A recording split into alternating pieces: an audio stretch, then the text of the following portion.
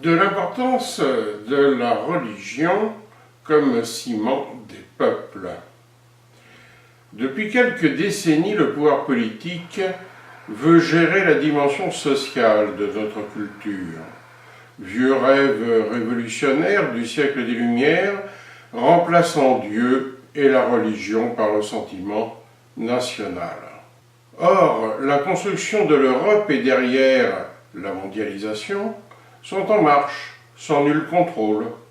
La disparition des nations laisse un vide social béant.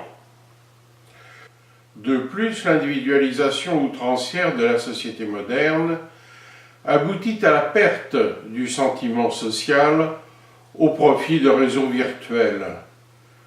Les mots perdent leur sens, les idées deviennent floues. Tels les ouvriers de la tour de Babel, les individus ne se comprennent plus et se radicalisent.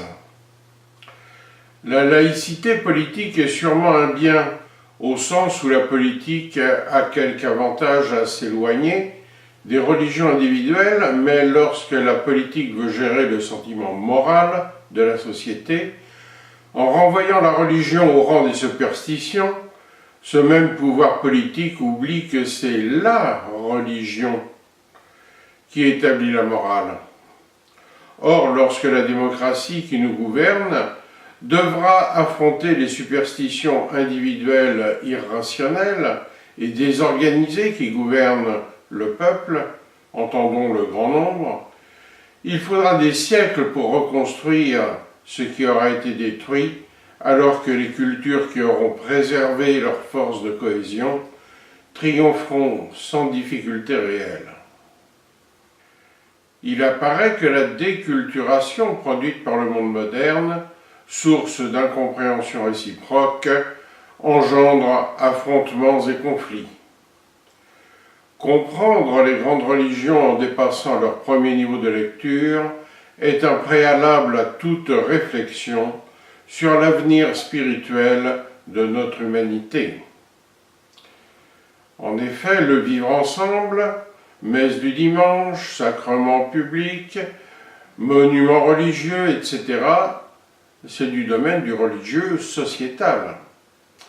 Alors que la vie après la mort, l'examen de conscience, les fêtes familiales et les opinions sur la fatalité comme sur le libre arbitre appartiennent au domaine du religieux personnel. C'est la différence que faisaient les Romains entre la religio et la superstitio. Le christianisme est une racine fondamentale de notre Europe. Des siècles avant l'histoire des évangiles, les Celtes avaient déjà une civilisation qui trouvera son prolongement naturel dans le christianisme. Son étude participe déjà à notre premier cycle. L'évolution de la petite secte juive en une religion à part entière s'est faite au cours des 3 premiers siècles, comme nous l'avons déjà abordé dans d'autres conférences.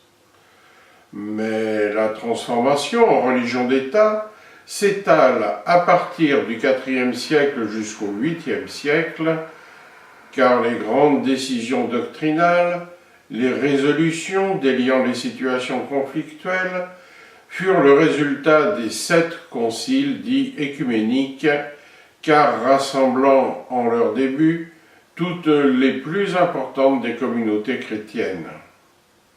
Rappelons que Constantinople, Nicée, Éphèse, Chalcédoine sont dans un court rayon autour de Constantinople, dans ce qui est aujourd'hui la Turquie, disons occidentale. Les 4 premiers conciles sont essentiellement centrés sur la doctrine du Christ, sa personnalité, sa nature. Mais une partie des décisions sont influencées par la politique, les jalousies entre évêques, patriarches et même empereurs romains, sans compter les courants culturels si variés dans l'Empire.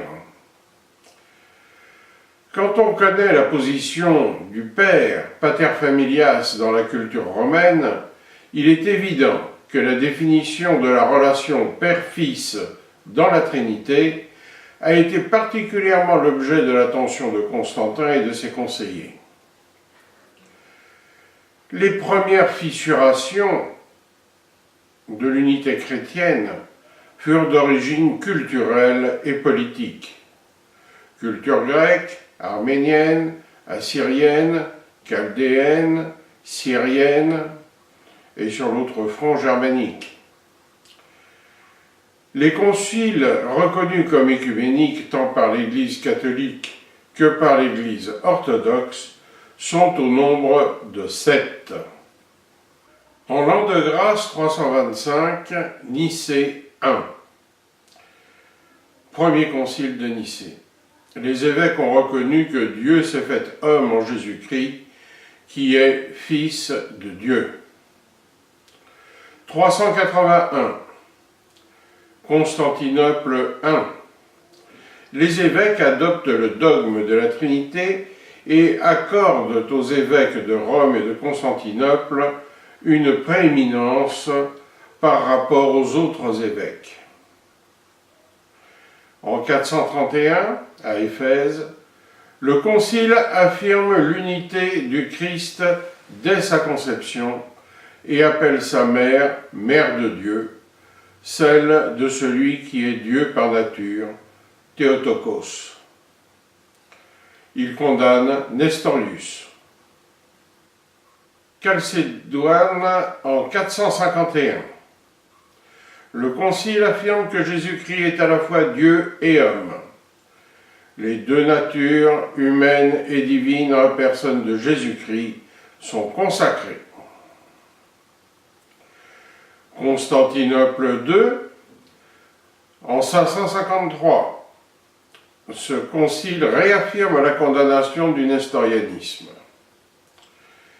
680-681, Constantinople III, ce concile condamne les monothélistes qui affirment que le Christ a une seule énergie, une seule volonté divine, malgré ses deux natures. Et le 7e concile, en 787, Nicée II, condamne les iconoclastes comme des négateurs de l'incarnation de Dieu. On pourrait penser que ces conciles ont été rendus nécessaires pour compenser les ambiguïtés et imprécisions introduites par la transformation d'une religion profondément humaine en la religion d'État de l'Empire romain. Il faut toutefois admettre que si certaines approximations sur la double nature du Christ pouvaient être acceptables, si la majorité d'alors comme d'aujourd'hui serait bien incapable d'en discuter, il faut bien admettre que si à un moment le schéma devenait logique, explicite et compréhensible à tous, alors ce schéma serait faux. Car il faut bien reconnaître que Dieu est au-delà de la raison, en dépassant tous les schémas, et ne se retrouve que chez les géomètres dans les concepts du zéro et de l'infini. En fait, le problème initial est celui de la déité du Christ. Le Dieu monothéiste est connu, surtout des Juifs. Mais est-ce que le Fils est de même nature divine? Et s'il est divin, quid de son humanité? Une religion d'État peut être plurielle. Donc les conciles devront définir une forme admissible et rassemblant les différents courants. Dommage que pour définir la forme, on ait dû accuser d'hérésie autant de chrétiens sincères, morts sur les bûchers, car de cultures différentes. N'oublions pas que les grandes hérésies ont eu à l'origine un évêque, un bon chrétien, des pères de l'Église, cherchant à expliquer trop librement à des barbares ce que l'Évangile avait d'exceptionnel et d'universel. Voilà la chronologie d'une métamorphose. Rappelons que durant les 3 premiers siècles, l'Église chrétienne est au mieux tolérée par Rome comme secte juive, et au pire comme un facteur de déstabilisation, contestant la déité de l'empereur et de ce fait persécuté. 3 ans après la fin de la terrible persécution de Dioclétien, en 310, l'édit de Milan, en 313, autorise la pratique du culte chrétien dans l'Empire. Constantin Ier s'acquitte ainsi de sa dette envers le Christ en 312 à la bataille du pont Vilmius, où Saxarubra, par ce signe tu vaincras, in hoc signo vinces. 12 ans après, en 325, le premier concile, celui de Nicée I, convoqué par Constantin Ier, là les évêques ont reconnu que Dieu s'est fait homme en Jésus-Christ, qui est Fils de Dieu. Le pape Sylvestre Ier sera absent. On restera dans une certaine confusion entre Dieu et le Père, dont découle l'arianisme, doctrine d'un prêtre d'Alexandrie, Arius, considérant Jésus-Christ comme une créature de rang intermédiaire entre Dieu et l'homme, la conséquence inadmissible en étant la négation de l'incarnation. Ce concile de l'an 325 formule la divinité de Jésus-Christ et rédige un premier credo où la manifestation des hypostases que sont le Père, le Fils et l'Esprit n'est pas encore exprimée. Plus tard, de nombreuses tribus barbares furent évangélisées par des Ariens. Il n'est pas étonnant de voir ressurgir cette hérésie plus tard, avec les grandes invasions, notamment chez les Vandales. 56 ans après, en 381, un second concile, celui de Constantinople I, est convoqué par Théodose Ier. Les fils de Constantin se partagent l'empire après la mort de leur père, or l'un est arien et l'autre nicéen. Dans la confusion, laissée par des décisions insuffisantes lors du concile de Nicée, et face à ces troubles auxquels s'ajoute une nouvelle hérésie, le concile de Constantinople condamne la doctrine de Macédonius et des pneumatomaques, niant la divinité du Saint-Esprit, dans la suite logique de l'arianisme, niant la divinité du Christ. Ainsi, en 381, le concile de Constantinople I réaffirme la divinité du Christ et celle du Saint-Esprit. Les évêques adoptent à ce moment le dogme de la Trinité et achèvent la rédaction du credo dit de Nicée-Constantinople. Ce concile accorde aux évêques de Rome et de Constantinople une prééminence par rapport aux autres évêques. Toutes les églises chrétiennes reconnaissent les 2 premiers conciles œcuméniques, sauf les dissidents et les hérétiques. 50 ans après, en 431, Éphèse, le concile est convoqué par Théodose II. Ce concile affirme l'unité du Christ dès sa conception et appelle sa mère « mère de Dieu », mère de celui qui est Dieu par nature. La Vierge Marie prend le nom de Théotokos. Ce concile condamne Nestorius, qui est tout de même patriarche de Constantinople, qui, redoutant une confusion possible entre l'homme Jésus et le Logos divin, enseignait que la Vierge Marie n'a donné naissance qu'à un humain qui est indissolublement lié au Logos divin. Cette position, durcie par la controverse, a amené Nestorius à parler de 2 personnes et de 2 natures différentes, humaines et divines, sans union entre elles, qui constituent le Christ, niant ainsi l'existence simultanée des 2 natures dans le Christ.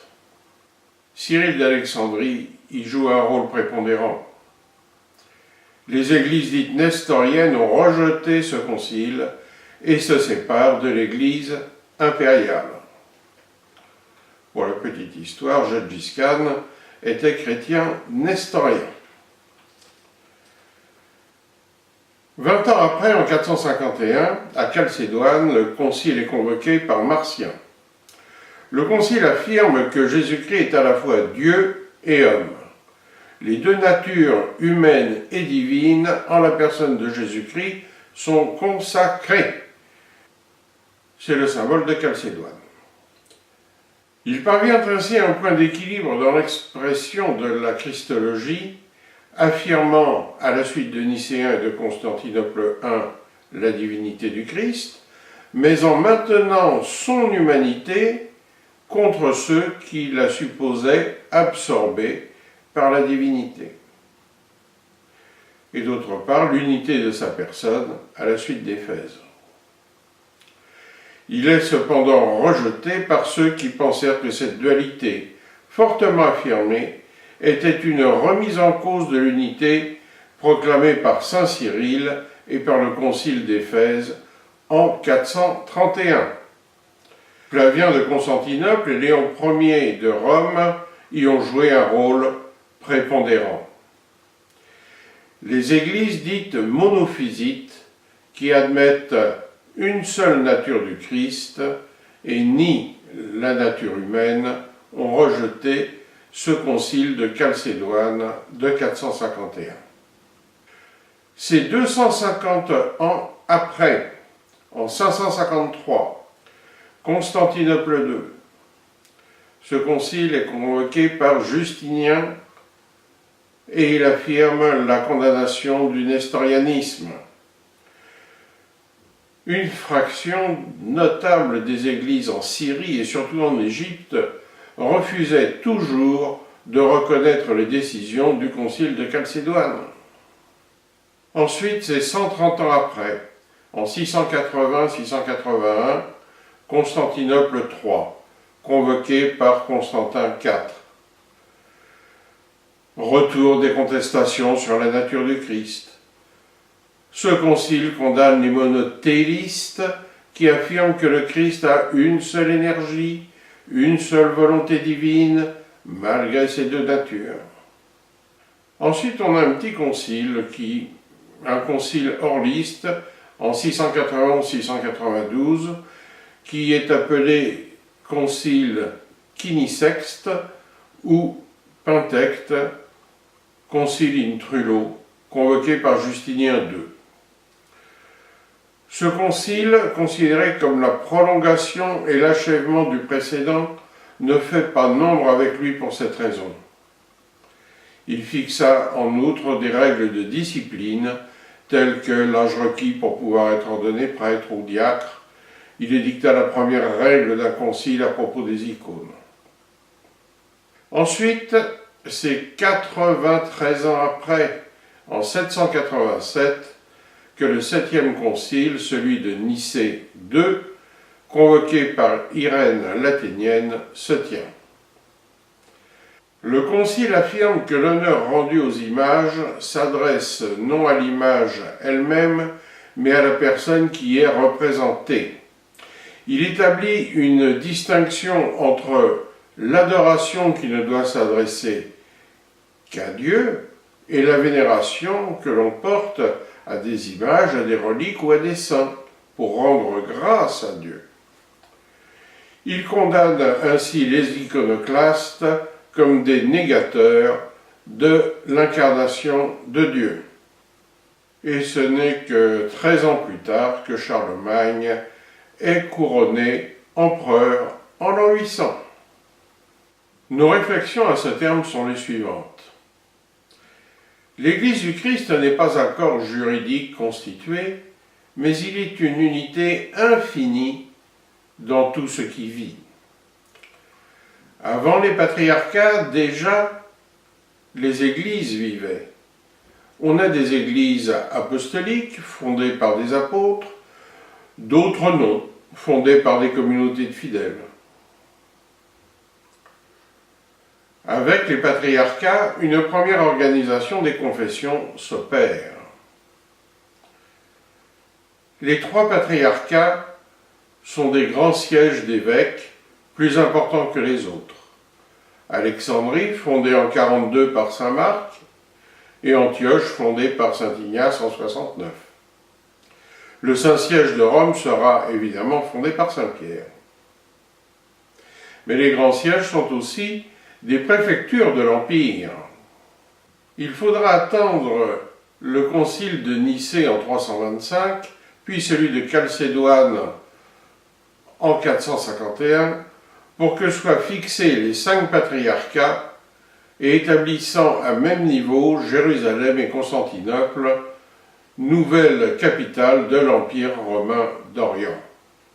Cette pentarchie de fait, plus que d'une volonté politique, administrera la chrétienté jusqu'au grand schisme de 1054.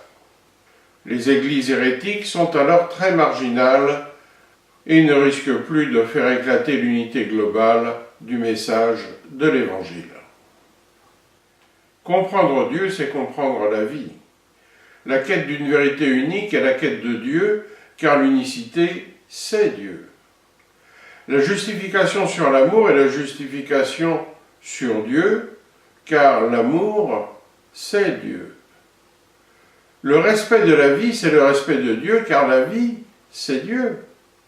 Le besoin de lumière, c'est le besoin de Dieu, car la lumière, c'est Dieu.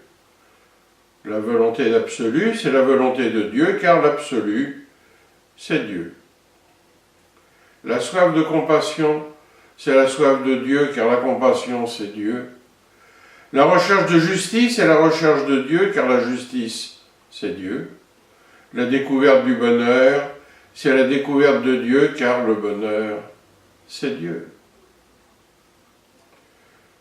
En oubliant sa religion et en recherchant ses réponses, on ne crée pas une nouvelle religion, mais on adopte des façons de penser qui viennent d'ailleurs et qui ne sont pas toujours cohérentes avec notre vie. Elles n'ont pas toujours fait la preuve de leurs limites, mais pour ambivalentes, ambiguës, équivoques que soient ces vérités, elles sont éternelles et centrales dans leur nature humaine, mais pas définies dans les contours. Les Grecs appelaient leur roi des dieux Zeus, la vie, Zoé. Les Romains appelaient leur roi des dieux Jovis, Jovis, la joie, la jovialité. Le premier niveau de sainteté, c'est la béatitude, c'est l'état de bienheureux. Pour les Mazdéens, Dieu est la lumière ou la sagesse. Mazda est son nom. Et Mani est l'esprit. Le mythe du dieu héros existe aussi dans l'Antiquité. Héraclès, Gilgamesh, etc. Orphée. Que nous a donc apporté le christianisme voici 2000 ans? Pourquoi l'Évangile a ainsi rassemblé tous les tenants de ces religions solidement établies?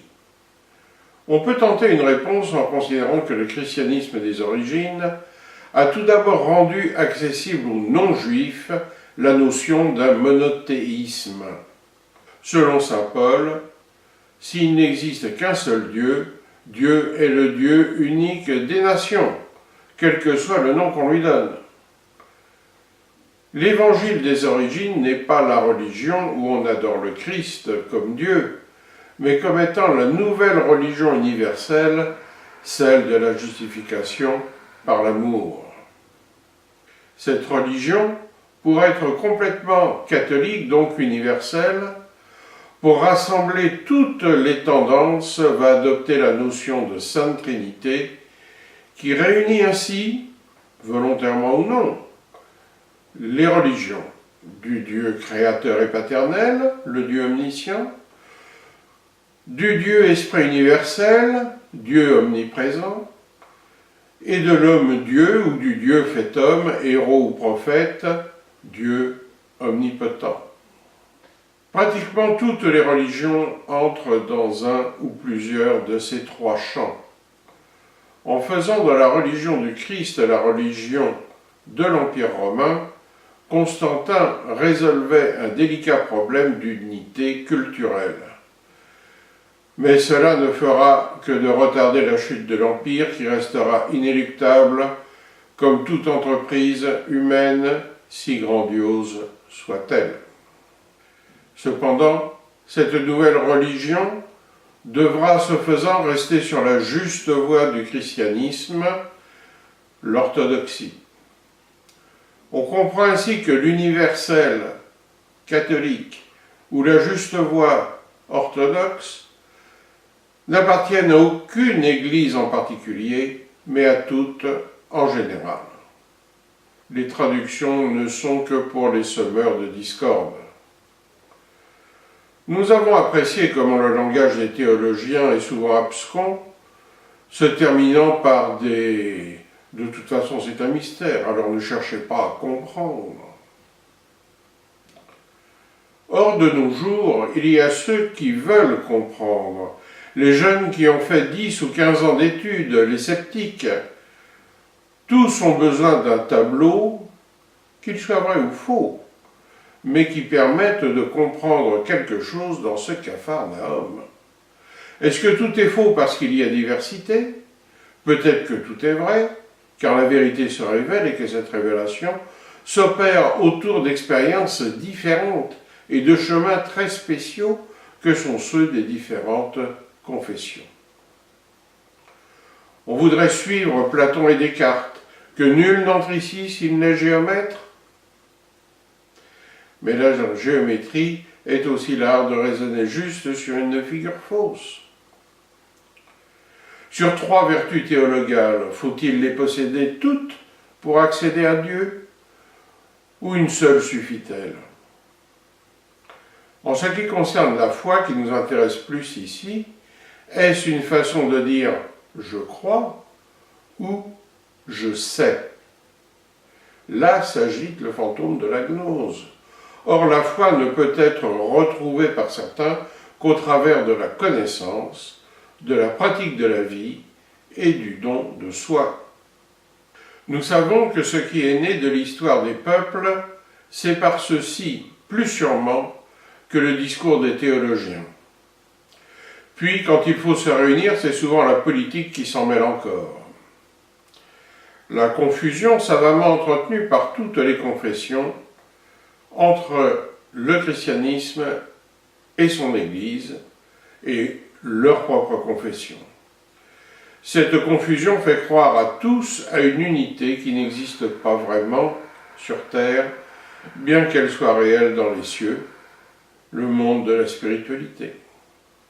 Quand la dispersion atteint un certain seuil, quand l'unité du message devient compromise, quand les foules ne comprennent plus leurs prêtres, quand les prêtres ne savent plus communiquer avec leurs ouailles, alors il est temps de se poser des questions, de resserrer ce qui doit l'être et de reléguer ce qui n'est pas de Dieu ou de l'homme ressuscité, mais de l'homme pécheur.